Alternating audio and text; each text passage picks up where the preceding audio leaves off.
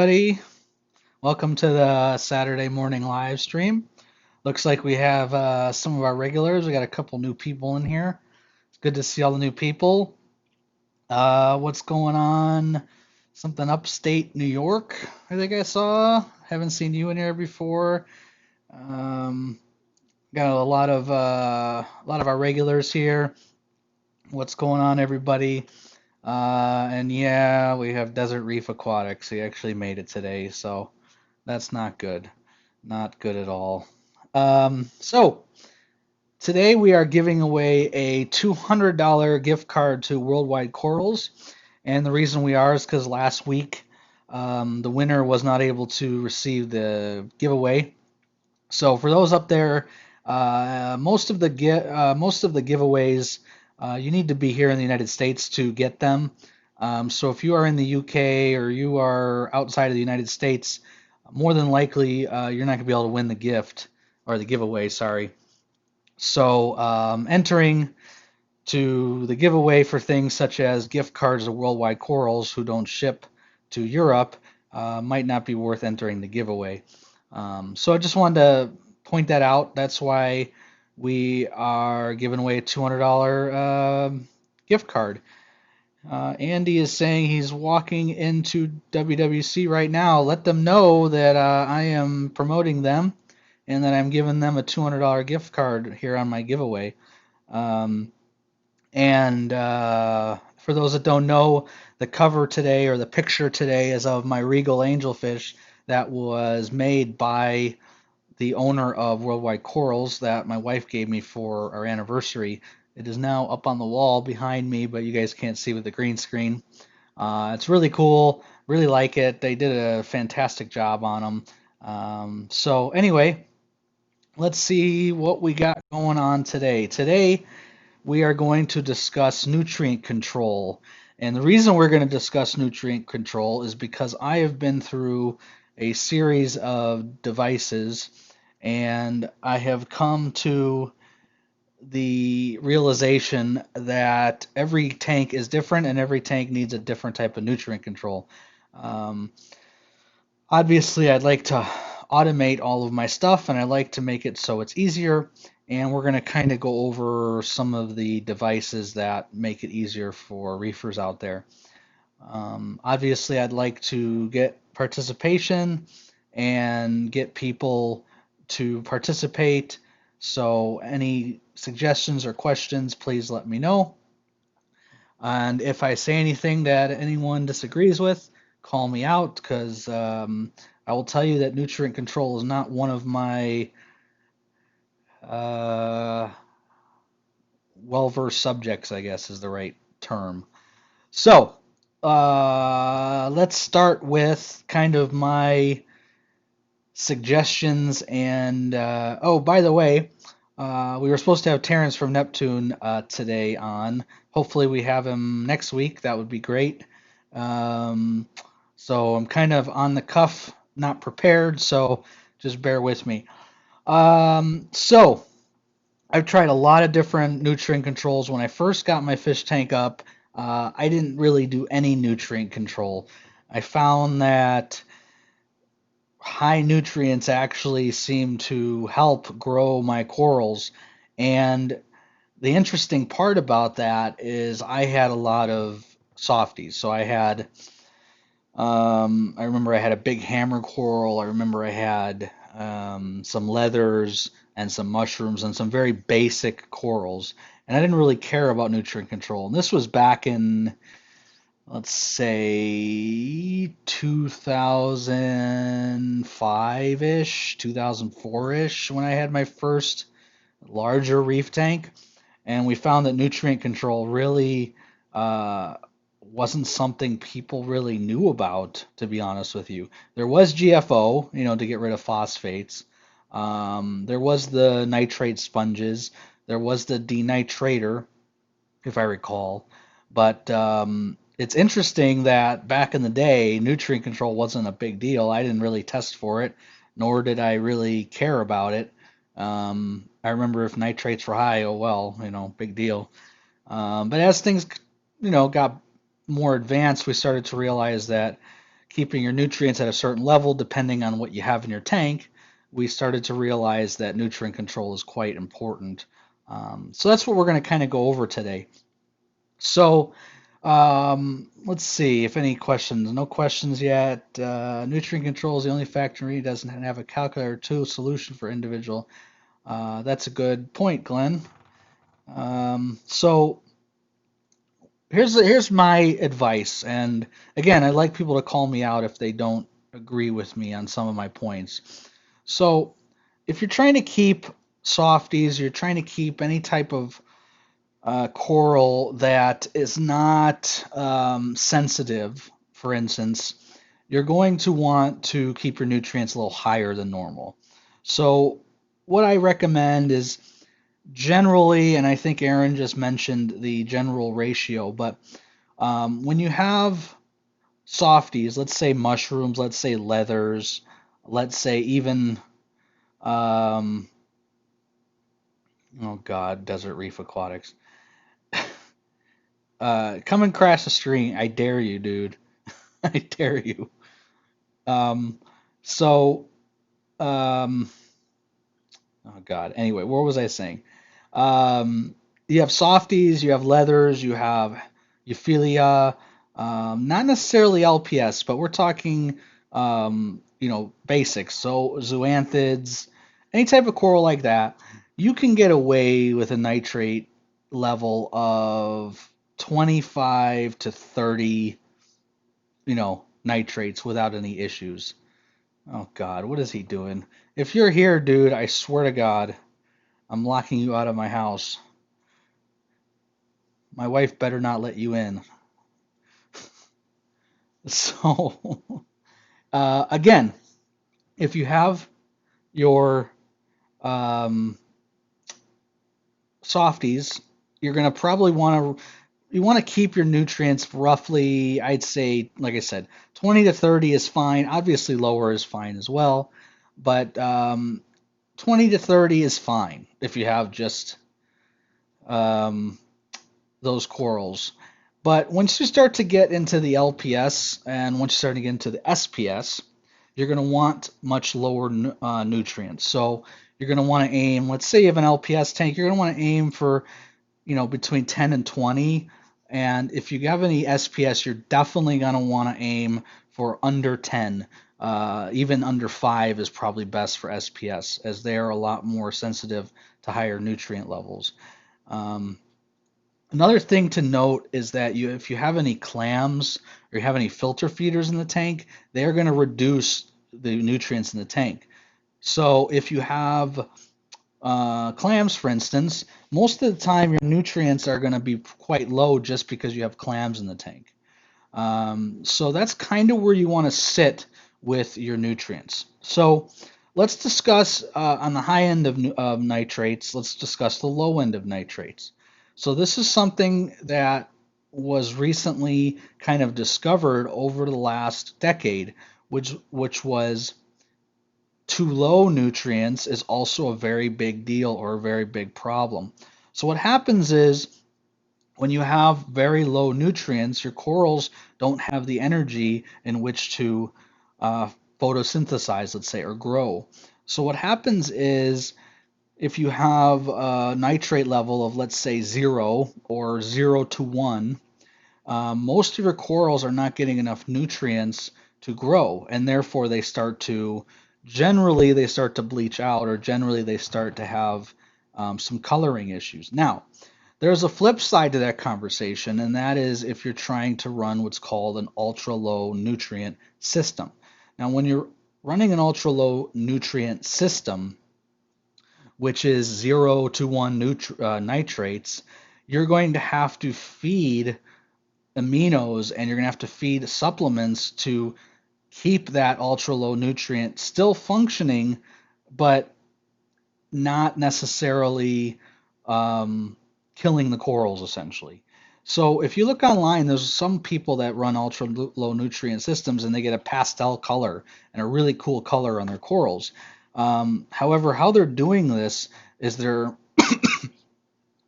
keeping, oh God, if you come over here, dude, I swear, You're not getting anything from me ever again, ever again. So if you have a really low nutrient system, you're going to have to supplement it with aminos, supplement it with specific supplementation that's meant for ultra low nutrient systems. Okay, so the recommendation for most reefers is to supplement depending on your nutrient level. All right, so Aaron kind of explained this exactly as I'm explaining it.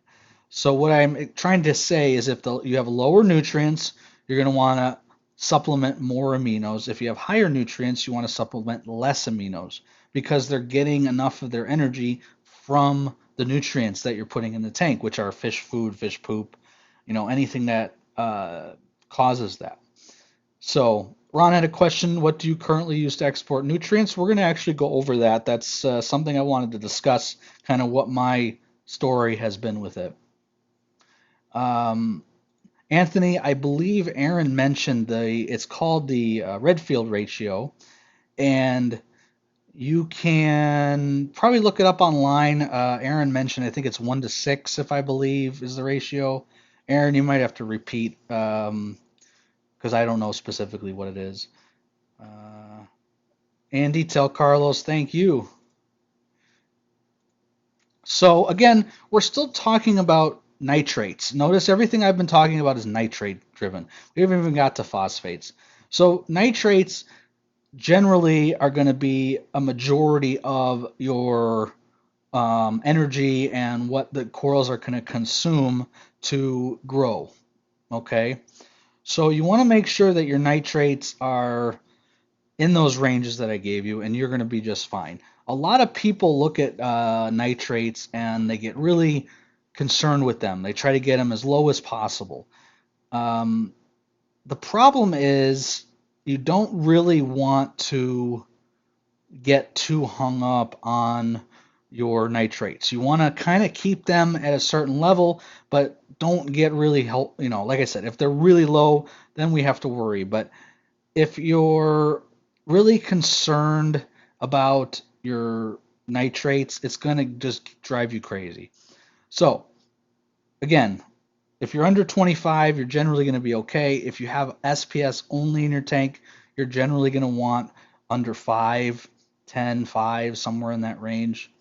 Um, and for my tank, which is a mixed reef, which we didn't go over, um, a mixed reef tank is generally going to be something you're going to want to keep roughly between 5 and 10-ish. I noticed my tank does the best on. So again, every tank's different, but those are my recommendations. So the next thing we're going to talk about obviously is phosphate, because we talk about nitrate, we're going to talk about phosphate, and they have a direct relationship with each other. There's a couple people here that are telling me the Redfield ratio doesn't apply to reefs. I have never heard that before in my life. Um, I believe that you do have a ratio in which the consumption of the corals take in a specific amount of phosphates and a specific amount of nitrates at a specific ratio. So I've never heard that before. Um, oh God, Desert Reef. Uh, don't even touch me, dude. If you touch me, we're gonna have a fight, and everyone's gonna see the fight, and then it's gonna be crazy what's gonna happen here. Cause let me see, I got a water bottle. Here's my weapons. I got a water bottle. What other things do I have here? Oh, a stapler. Nice. I got a stapler. I'm gonna staple your ass. See? What else do I got here? I got stuff. You come in here and you're gonna be in trouble. Anyway, so phosphates. Now, phosphates is a whole nother story. Now, this is where I kind of get a little bit of my knowledge a little bit wrong, and this is where I'm going to rely on some of the guys here to help me. So, phosphates are a little bit more devastating in the reef. Okay, I've noticed that, at least in my experience, the higher phosphates you run, the harder the corals have a time growing. So I don't know. Again, I'm telling you right now, this is not one of my strong points. So I would love to say that I don't know a lot about phosphate, but what I can tell you is that every tank that I've ever run that has a phosphate level of, I'd say 0.5-ish or higher, my corals just have so many problems. They don't get the proper growth, they don't get the proper um, coloration. So phosphates in general is going to be it's going to be a touchy subject. I have a feeling people are going to tell me a lot of different things, but you generally want to run your phosphates between zero point 0.3 and zero point 0.1. You do not want them to be less than zero point 0.3 at any point in time. And what happens is if you have too low phosphates, you get a lot of interesting things in your tank. And you get a lot of dinoflagellants start to grow. You get all kinds of weird bacterias like cyano. Anytime your phosphates are less than 0.03. So you're going to want to keep it above 0.03, and again, you're going to want to keep it about 0.1 or so. Um, again, my suggestion for everyone out there, no matter what your tank is, 0.03 to about 0.1. If you're running an ultra low nutrient type tank, you know, you're going to want to run it a little bit on the low side. But again, I don't recommend anyone running it that low. Okay, so we got a lot of questions here. We're going to kind of go over some different nutrient controls, but I just wanted to go over my recommendations for where you should keep your nutrients to keep a happy and healthy reef, okay? Um, so let's talk about the different methods out there. Let's start with what I I know and what I've used and my different things that cause all kinds of weird issues, okay? Um, so let's talk about carbon dosing first. So a lot of people use carbon dosing, and they've been using that for a long time, and that could be either vodka. You know, there's a lot of supplements out there, like Nopox is considered a carbon dose. Um, there's of course Tropic Marin has a carbon dosing package. They're all about carbon dosing over there. You might want to watch some of Lou's videos online about carbon dosing. So here's my issue about carbon dosing. First of all, you have to do it. You know, when we talk about things in the automation world, or when we talk about, um, you know, what I do, we want things to be as automated as possible. What the hell is he saying? I-10. You better not be on the I-10. Um, so you want them to be as low as possible, or oh my goodness, you're gonna want. I'm reading stuff and then well, lead said, why do you need ultra low? So I said you want it to be low. Man. So anyway, um, carbon dosing. We're on carbon dosing. That's right. Carbon dosing, you have to do it. So that's kind of the automation aspect of carbon dosing. Now people put them on dosers. People put them in containers and they just dose it every day. What I've noticed from carbon dosing and what I've been trying it for a couple of years is that if you're not up on it and you don't know exactly how much is going in, you can easily overdose it or you can easily underdose it and cause all kinds of issues. You can cause bacteria blooms, you can cause algae blooms, you can cause all kinds of different things to happen when you're carbon dosing. So my recommendation on carbon dosing will always be that you do not want to put them on dosers and you do not want to rely on automation for carbon dosing. This is something that you need to look at. You have to know, hey, I put in 40 milliliters today. Hey, I put in 50 milliliters today, or whatever it is, and keep on it. So that's carbon dosing in a nutshell. You just dose something in the tank, kind of like your calcium, magnesium, and that's carbon dosing. I mean, I'm not going to go into the specifics because I don't know the specifics. That's something that Lou or chemists can tell you how it all works. But that's carbon dosing. So your secondary method, or another method that they have, is called I think it's zeolites. Zeolite, yeah, zeolite. Now, zeolites are these little chips that you basically put into this container, and you have to shake it, and it's really annoying. You have to actually pump it up and down like once or twice a day or something, and it's very cumbersome. Avasmarine made one that is automatic. There's a couple other companies that made them automatic, but again, it's very cumbersome. It gets very dirty, and I've never really seen it work. I mean, I know people have told me it works. I'd like to know if anyone's in the channel that has have used zeolites before with success. I have never heard of it working. So, um, again, it's another way of nutrient control. So, of course, we're going to go on to the next one. The next one would be your refugium. Refugiums are great. So, refugiums, obviously, if those that don't know what refugiums are, I'm going to go over that. But it's basically putting a secondary tank in your tank that absorbs the nutrients for you. You usually put chaetomorpha. Um, you'll either put Caulerpa in there. Oh boy, or you'll put in any type of mackerel. I think people use dragon's breath now, which is really cool. It's like a red macroalgae. Um, oh, there we go. Daniel runs Zeovit on his reef. So I'd like to know, Daniel, how successful you've been with it and what you're running, because I hear all kinds of horror stories about Zeovit. Um, oh, Zeovit, that's different. Zeolite, we're talking about. Sorry, I didn't read that.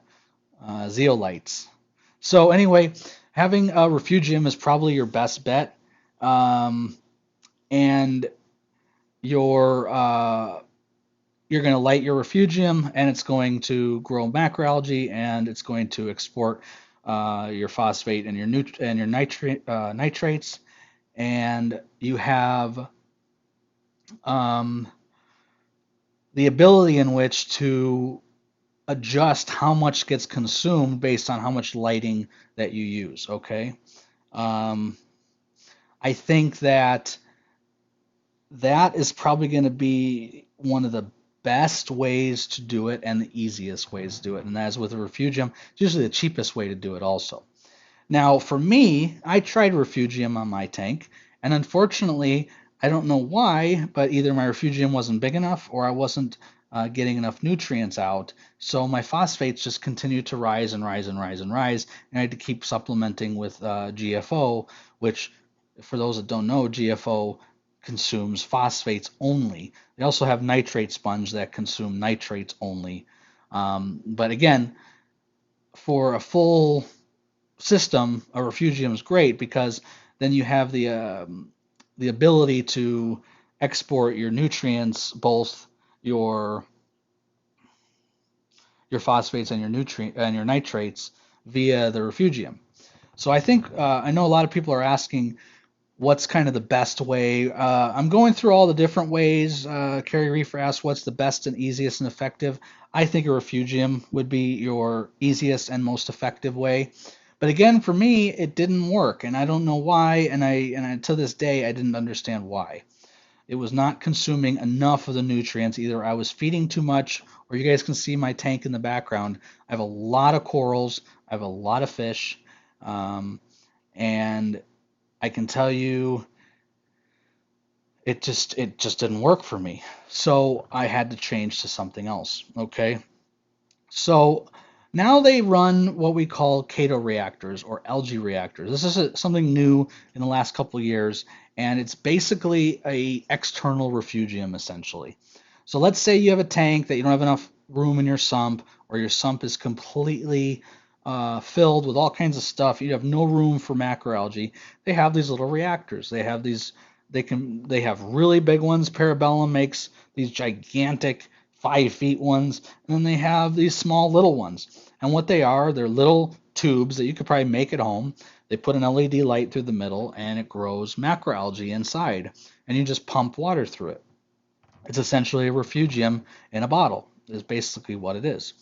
And I tried that, and for those that have probably seen on the group, I'm selling my Reef Octopus because it also wasn't doing the trick. So We have now moved on to an algae turf scrubber. Now, algae turf scrubbers um, in general are going to be your most effective and most efficient way of doing nutrient control. Now, there's some pros and cons to the ATSs or algae turf scrubbers. One of which is they're very expensive. Second of which, they are very large most of the time. So if you can't build your own, you're going to have this gigantic box that does your scrubbing for you.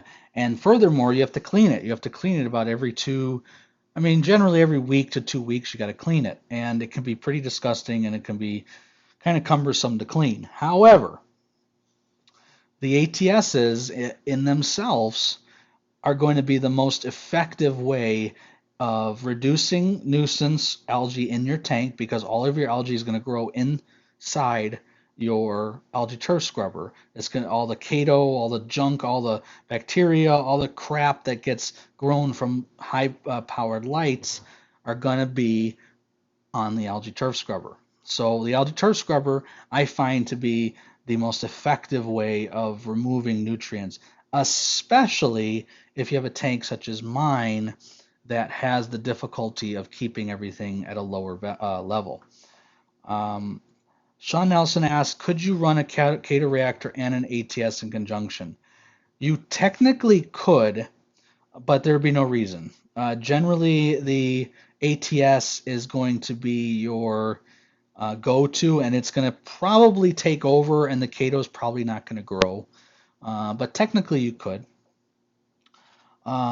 Okay, so let's go over a couple things. Let me go back to some questions before we continue. Let's see. So Daniel does use the zeolites, and he's had good success with it.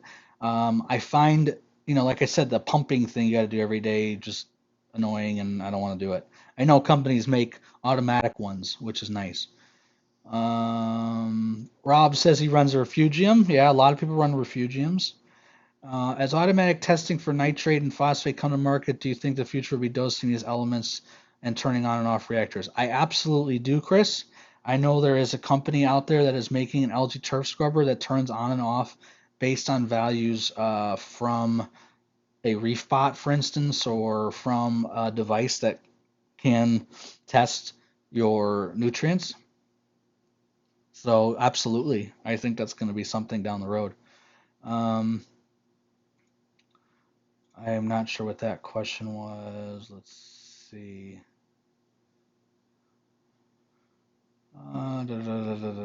Really, does it really matter what source of carbon you use? Milton, I don't know if you're talking about activated carbon. Um, that's something different. We're not talking about that today. I don't know if that's what you're talking about, though. All right, let's see. Can you use multiple methods at the same time? You technically could, but as I was saying earlier, they're going to outcompete each other, and sometimes you're going to get nuisance algae and other things to grow. So the recommendation generally is going to be one method and one method only. What are your methods on no backspace using carbon for control? I don't know, again, what you mean. I'm sorry. Um, let's see. Yeah, Carrie, I'm going to go over what I did here in a second. Okay, let's see if we have any other questions here. Okay, so I have been through a number of different things. Now, for those that don't know, I have a 300-gallon fish-only tank, which has very high nutrients. I have a lot of fish in there, and I also have a 100-gallon reef tank. Something that I try to do on all my tanks is keep everything the same. I don't like to have one tank with one thing and another tank with another thing. If I'm going to put an auto feeder on one tank, I'm going to put an auto feeder on another tank. If I have this brand of skimmer, I'm going to have the same brand of skimmer on the other one. What type of control keeps the glass cleanest? Ooh, that's a good question, Howard. I would have to say, once I started my algae turf scrubber, I've noticed much less glass cleaning. One thing also I noticed, for those that don't know about this, is something called microbubbling. I learned about microbubbling from Cruz. I also learned from microbubbling from Devin from Reef Dudes, and I also learned about microbubbling from a couple people online, someone named Seth as well. And I started using microbubbling, and ever since I started microbubbling, I clean the glass significantly less. I used to clean the glass on both of my tanks roughly twice a week, I would say, and that was with nutrients under control.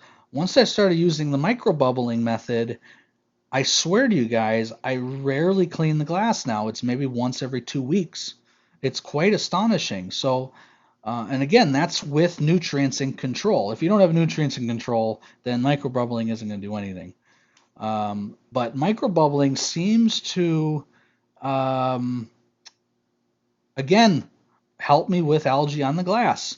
I don't know if there's any rhyme or reason, but it helped, you know? So, let's see. Microbubbles do not increase pH. It didn't for me. I know people that have said it does, and I know that people have done it and they use outside air. It does not raise pH. I have tried everything.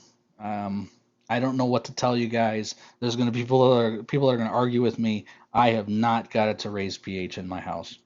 Um, explain how I do microbubbling. So, how I do microbubbling is really easy. Some people had mentioned, someone said it was difficult, and it's extremely easy though.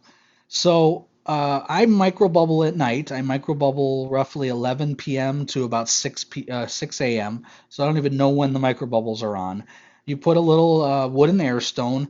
On my air stone, I put it right in front of the return pump, like literally right in front. It's probably about an inch away from my return pump. And then I have a magnetic piece that I bought that keeps the air stone right where it is so it doesn't move and get sucked into the return pump. And I blast that sucker. I have that thing blasting. And what it does is it basically sends what it generally does is it takes all the larger bubbles, brings them to the top of the refugium, and takes all the little tiny bubbles and sucks them into the return and then spits them out into the tank. And that's it. That's all I do. Yeah, there we go. Reefing with O. I tried inside and it does not raise pH. That's exactly what I just said. And I appreciate you repeating it because I've tried to explain to people that it does not raise pH, and I get people that tell me it does, and it doesn't. So every night, you better not be on Greenfield. Oh my God. Um, so again, I think microbubbling is going to be something that would help with cleaning glass. I don't know if it does anything else that everyone else says. Cruz would totally get on me about it, but I found that the microbubbling helps me with cleaning the glass. So if you guys want to try it out, it's really easy to do. If you guys want to try it, go ahead and see if you're not having to clean your glass as much. So, Rick Campos, what type of foods add the most phosphate? I think every type of food adds a lot of phosphate. Specifically, pellets. Pellets generally are going to have your most phosphate. If you look around or look at the content of the food you're feeding and look for phosphorus, you'll know that it has a lot of phosphate in it. I don't think microbubbling. I don't think microbubbling does anything to lower nitrates or phosphate. So anyway, we're talking about algae turf scrubbers. So I have been through all these different methods. I can tell you I've tried every single method out there. I have not tried zeolites, but I have tried Cato reactors. I've tried refugiums. I've tried carbon dosing.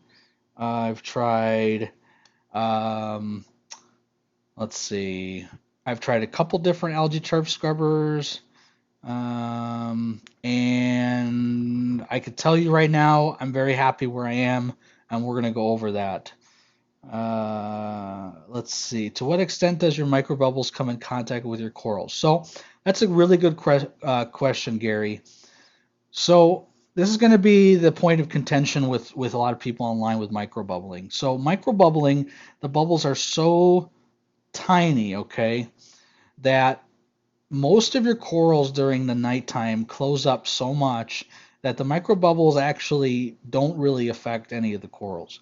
Um, as long as you're doing it at night, I find, and as long as you're doing it properly with the smallest amount of bubbles, you're not going to have any issues with your corals. They're actually going to like it because they expel. What happens with microbubbles is they expel all of their garbage out of the tank, and then the microbubbles actually pick it up and get rid of it.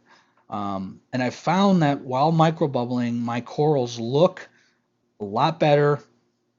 Um, I found, like I said, the glass is cleaner. I did it to get the glass cleaner. I didn't really care about the, you know, what was going to do with the glass, but that's what happened.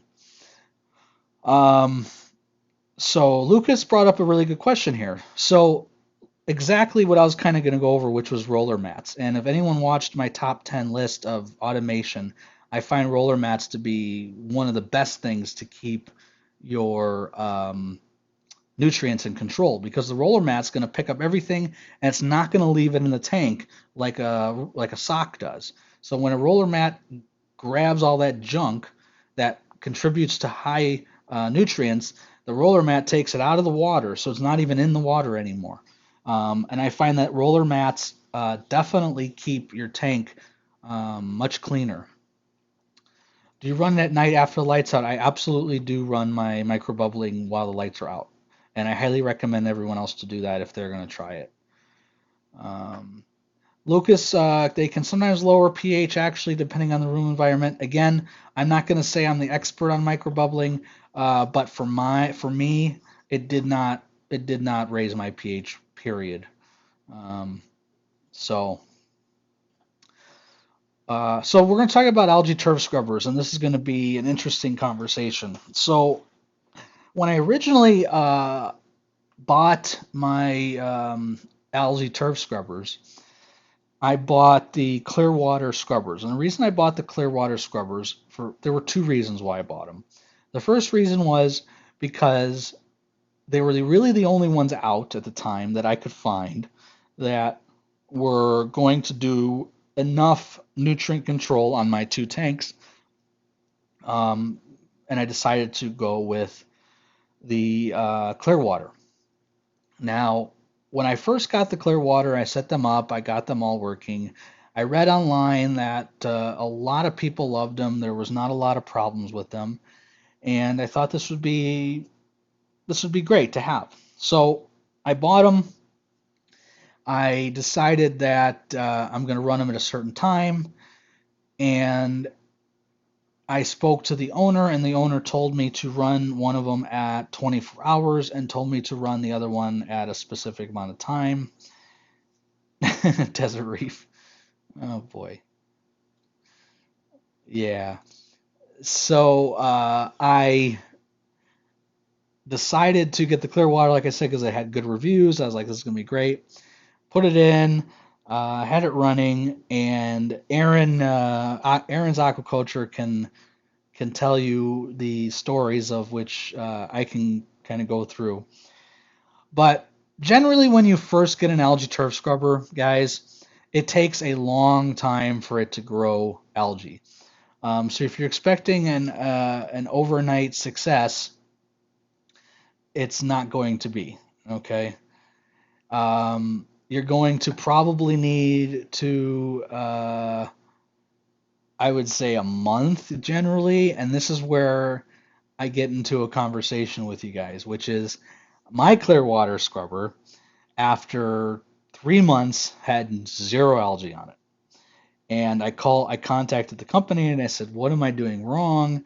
Is there something I'm doing wrong? He said, crank it to 24 hours. I cranked it to 24 hours and I started to get some algae growth on it.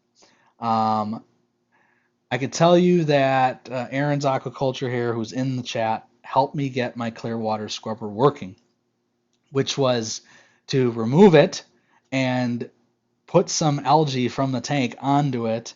And then, of course, I had to make it nice. One thing about the Clearwater scrubbers, guys, is the screen isn't very rough, and you need a rough screen for the algae to grab a hold of. And mine wasn't grabbing a hold of any algae. Now, I didn't know that when I first got it. Um, and I can tell you that it really upset me that I had this thing running and not doing a single thing. So move on to a couple months, and we finally got it working. We finally got algae growing. And my 300, my Clearwater 300, which was on my big tank, started to get this. It looked kind of like a sun. Like I had a circle in the middle that had no algae, and then a bunch of algae on the side. This big, huge circle in the middle had no algae. And I was like, what the heck is going on with this thing? So again, Aaron helped me, and we decided we're going to put some painter's tape, that you get for painting, and cover up the LEDs inside of the Clearwater scrubber. I did that, and then all of a sudden, voila, I started getting a full sheet of algae. So again, the unit was working, and I was getting my nutrients really low, and I was like, man, this looks really good, and it's working, and I was very happy with it. Then we started to notice that the algae turf scrubber on the Reef was pulling way too much nutrient out, that I was getting zeros across the board, which then caused me to get dinoflagellants in my tank. Yeah, Lucas, I do have 2 roller mats. Take a look at some of my videos online. I have a whole video on my entire setup. So I was like, man, I'm gonna have to get rid of the algae turf scrubber because it's just doing too much. So I kept talking to the owner, and I have to tell you about the owner of Clearwater. Excellent guy, very helpful, very good customer service. But the unit was just doing too much for my tank. I had it set to 1 hour, and it was still pulling way too much. So I was like, you know what, I'm kind of done with this thing. So I got rid of it, gave it to Desert Reef Aquatics, so he has it now. He can attest if it's doing well or not. So here is the thing about the Clearwater scrubber and Rogue aquariums. You might change your mind after I talk about this. Both of my Clearwater scrubbers from the beginning leaked, and they continued to leak, and I would continue to tell the owner that it's leaking, and it would leak not once a week, not twice a week. It would leak almost every night, and it would always be at like 2 in the morning when it would leak. I don't know why it was leaking. I tried a number of different things. It always would leak from the edges of the Clearwater scrubber, and I was like, this is just driving me crazy. Luckily, I had leak sensors, but this thing kept leaking. Both of them kept leaking at 2 in the morning. I'd wake up to these alarms, and it was driving me crazy. There you go, Anthony. An owner that gives good customer service. Yes, I would say Clearwater has excellent customer service. So it just kept leaking, and I was like, what am I going to do? This thing just keeps leaking. It's driving me crazy. And the owner of Clearwater was very helpful, started sending me parts, try to fix the leaking. It started to work, and then after a while it would start leaking again. And I just kind of, again, just had enough of the leaking. They were doing their job, but it was leaking.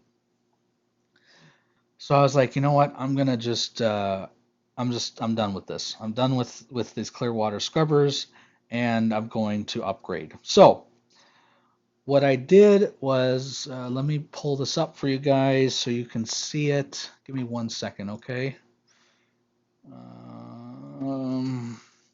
So to answer, this is the big answer that everyone's asking, is what did I do? All right, what did I do? So, oops, that's not it.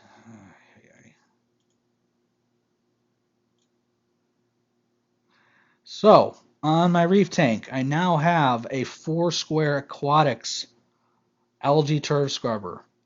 Now, This thing is extremely overkill. So for anyone that's out there that's looking to get an algae turf scrubber, um, get this one, but know that it's extremely overkill. So it's cool because I got to plumb it. I plumbed the return and the emergency down here. I had to make a little shelf for it. The biggest difference between the CW and this guy is that this guy has bottom drains where the CW has side drains. And this thing is flippin' awesome. So let me explain why I love this guy so much, okay? I just got it, so Aaron just mentioned still waiting feedback, so we're gonna see how it does. But they are very expensive. I'm gonna let you guys know now. The one that I bought for the for the CW or sorry for the 300 is $1,300. So I'll tell you a couple reasons why I love this algae turf scrubber. The one thing I love about this algae turf scrubber is it has a drawer. So this drawer here in the front, you pull it out, okay, and you clean the scrubber. The scrubber is not attached to anything on top, okay? So that's why I love this thing so much. And people that have had algae turf scrubbers will know whenever you have the little bar on the top, the algae gets kind of caked inside the um, the piping, and then it sprays all over the place. Okay, and holy cow, this thing is awesome because you just pull this thing out, and the scrubber sheet is inside this encased plastic piece where all the algae goes. So the algae can't get into the tubing. It can't come loose from the clip and then go into the tubing. It has its own little plastic box. It's so cool. Okay. Yeah, listen to everything Aaron's saying, by the way. Okay, so the other thing that I love about this is the entire box is enclosed. There's no openings on this thing. The only opening that it has are these side vents for heat, okay, and these lights. But these lights and these vents are enclosed in another piece of plastic inside. So there's no way you can get water to leak out of this thing unless it completely floods somehow or leaks from the bottom. I don't know how it could ever leak. Um, it has a lid on top, and this lid is sealed on top, so there's no way for water to get out. I can tell you from a design standpoint and from a leak-proof standpoint, this thing is amazing. I absolutely love this thing. Um, so let me go back, show you another picture of it. It's not very big, by the way. It might look very big from what you guys are seeing, but if you look at the size of my the sump, you will see it's actually not very big. I had to build a little shelf, like I said, but this thing's flipping awesome. And of course, you have the lighting. So one con to the device, I always try to give everyone my honest opinion on everything. My con to the device is it is loud when these lights are on. Think of it like a computer. So when these fans go, it is loud. So just know that you're gonna be prepared for some loudness. And I know Devin, if he's still here, hates loud stuff. Everything you buy is super expensive. You know what, Andy? You have a good point. I could tell you, and most of my buddies here that know me know that I care a lot about my reef tank, so much so that I will just buy the best stuff because it just drives me crazy to have problems. I would rather buy the most expensive thing and have zero issues than buy middle of the road product that I'm gonna have to mess with here and there. I just don't want to mess with things anymore. So that's the one on my. I thought I took pictures of the other one. Let me see if I could find them. Just give me a moment, okay, guys. Um, so I have the 60, which is the one you just saw. It's the APIS 60. I have it on my Reef, and then I took out my 300, my CW 300, and I decided to put it on my, I put the big 300 on my, what am I saying? I bought the Apis 300 and put it on my 300. Let me see if I could find the pictures of it. Now this one was much more difficult to install than the Reef tank. But like I said, I like to have the same thing on both tanks because it's just, for some reason, I find it easier to have the same thing on both my tanks, so I'm able to kind of figure out um, each one individually. I don't have to mess with it. Okay, so let me see if I can pull up some stuff here. All right, so um, this is the 300, and again, I'm gonna get some other pictures here, but I had to drill two bulkheads into the side of my sump here. Here's the outgoing one, and then there's an incoming one on the other side. Let me see if I could find some other pictures of it. I did just add a NIOS reactor as well yesterday, so I'm very happy about that. That seems to be working really well. Let me see if I could find some more pictures. Give me a second. I just have so many pictures, it's ridiculous. So I had to, so I took, I cut into my manifold here, and I ran a special plumbing to my new Algae curve scrubber, which is great because my old turf scrubber had its own pump. Now I'm coming off the manifold right here, which was a lot of work, by the way, but it's great. So there it is. You see, I have a little the incoming, and then I have it sitting, and then I had to, like I said, I had to put two bulkheads on the side here. But it's the same exact design, it's just bigger. Okay, but man, do I love this thing. Nope, that's the old picture I showed you. Let me see what other pictures I have here. Boy, too many pictures. Let me see what else I got here. Just bear with me.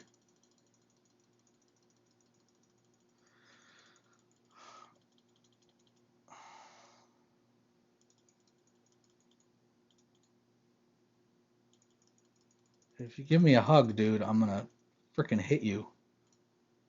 There we go. Here's some better pictures. Okay, so you see I had to cut two holes here and I had to put two bulkheads in. That was a lot of work. And then, of course, I had to put these two pipes in at the bottom. I actually had to cut the wall out in the back, and then I have this stand here that actually Desert Reef made for me. And so that's kind of how it works on my other tank. So it was not easy, but I'm very happy with it now. So anyway. All right, let's see if we have any questions. Kind of going through here. Yeah, Santa Monica makes fantastic scrubbers as well. The only problem with my setup is I can't put the Santa Monica scrubbers in my tank. That's because there's not enough room in my sump for them, and the rain ones that they make are really meant for being inside the sump. Uh, it will not hurt your UV, the micro bubbles. It won't do anything. They're just tiny little bubbles. If anything, they're gonna take whatever's dead in the UV and take them with them, and then go into your filter sock. Let's see. Is there a baseline of nutrients to hit before starting a refugium on a new tank? Um, that's a good question, Andy. I would actually, I'm curious what Aaron would think about this. I would say yes. You want to have nutrients in your tank before you put a refugium in. No other questions there. I saw Brian had a little good joke here. You should get an Aqua Engineering calcium reactor. Yeah, they're really expensive. That's true, and they have the best customer service in the world.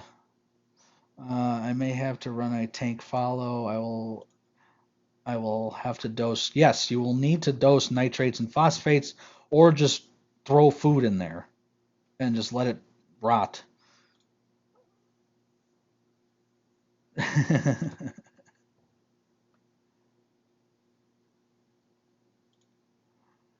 There's Aaron's suggestion for you. So yeah, that's how I'm running now. I'm running my algae turf scrubbers. So far, I've only had them in for about 2 weeks, but so far I'm really happy with them. I know that they're not going to leak. At least I have a good feeling they're not going to leak. And the drawer feature, again, I find it to be amazing. Like that's so cool that I could just pull it out and then everything's in this little drawer. Um, and I found it to be really cool. So even painted to match the house? What? What are you talking about? Oh, what does that mean? You're outside? You son of a bitch. If you're outside, I'm gonna check my. I have cameras, guys. So if this son of a bitch is outside, he's gonna be in a lot of trouble. Checking my cameras. You son of a bitch. You are here. You son of a bitch. This son of a bitch is here. Oh, God. Hold on. Hey, babe! Don't let him in! Don't let Aaron in the house!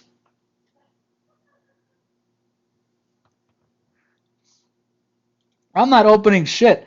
I am locking everything right now. Everything is being locked. Let's see. Locks.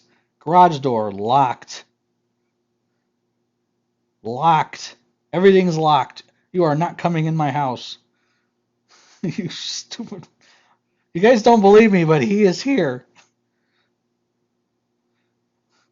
All right, so we're going to get off the stream because he's here, and I don't want him to be here.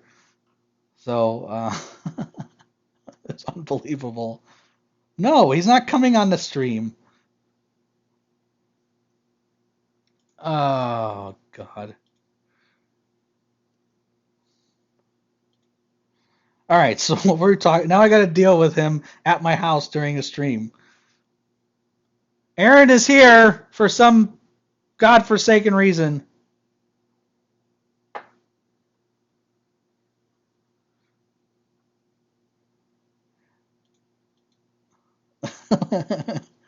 Maybe he printed me a gift. We waited till the end. There is no end. We haven't ended yet.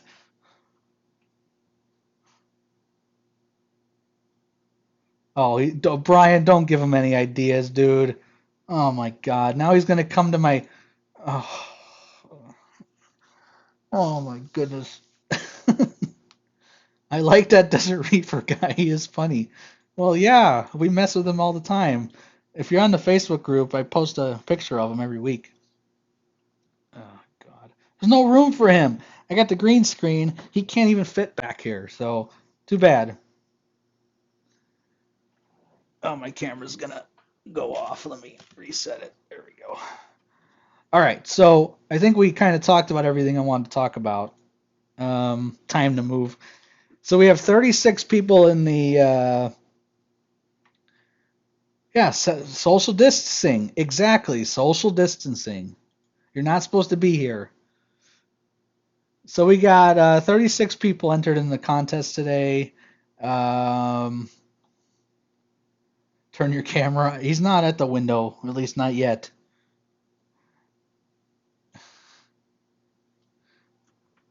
Oh, God.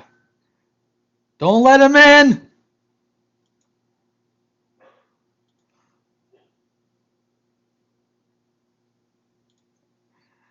Closed loop microbubbles will work just fine, Brian. You can do closed loop microbubbles. Um, the microbubbles, what they need, however, and I'm assuming you have a sump. So actually, I know you have a sump. you need the microbubbles to rise to the overflow box. So for those that are out there that want to do microbubbles, you got to make sure that the microbubbles lift all the way to the top and then go down into your sump, into your filter sock, so that the microbubbles take the algae and whatever bad stuff out of the tank. Yeah, he's here. Not joking. He is at my house right now.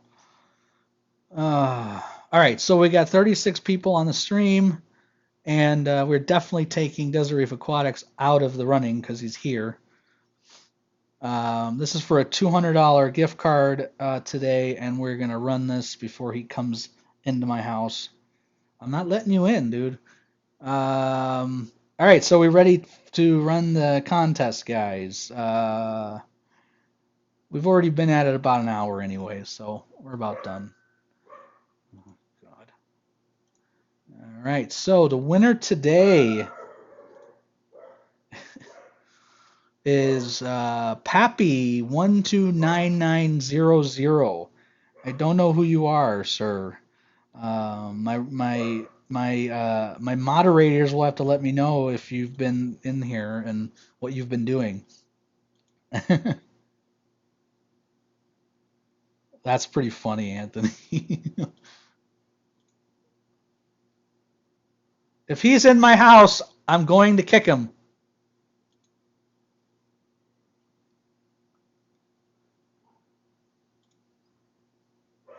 Yeah, I don't know who this Pappy guy is, guys. All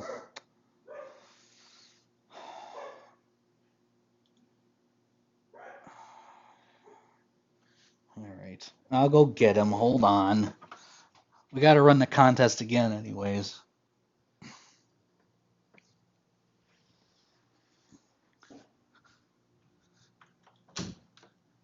What is wrong with this kid?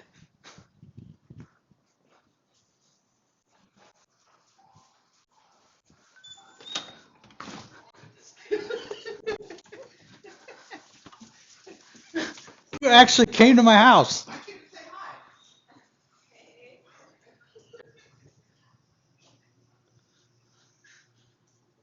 Don't let the dogs in here. No, come on. Come on, dogs, let's go. Come on, old man. He's fine. How you can even get back here? I'm just gonna keep my head around and say hi. Oh, God. Ah. Yep, he's in my house, and he's back here somewhere. Oh my! I made it. Don't break the green screen. I'm not gonna break the green screen. Mhm.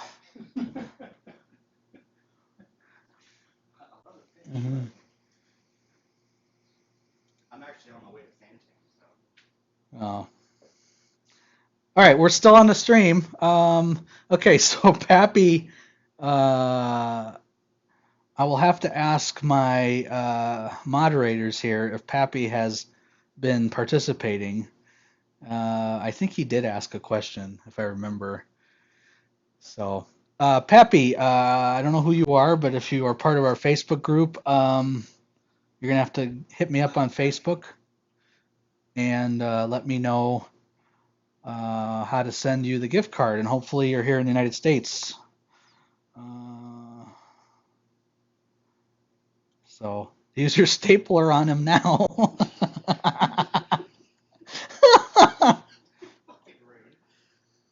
Oh, that's too funny. All right, guys, we're gonna close up shop because he's here and I don't want him to be here, so I got to kick him out. So Pappy, hit me up on Facebook. Thank you guys for watching. I hope you enjoyed the stream. We had a lot of tangents, but it was fun. And hope to see you guys next week. Peace.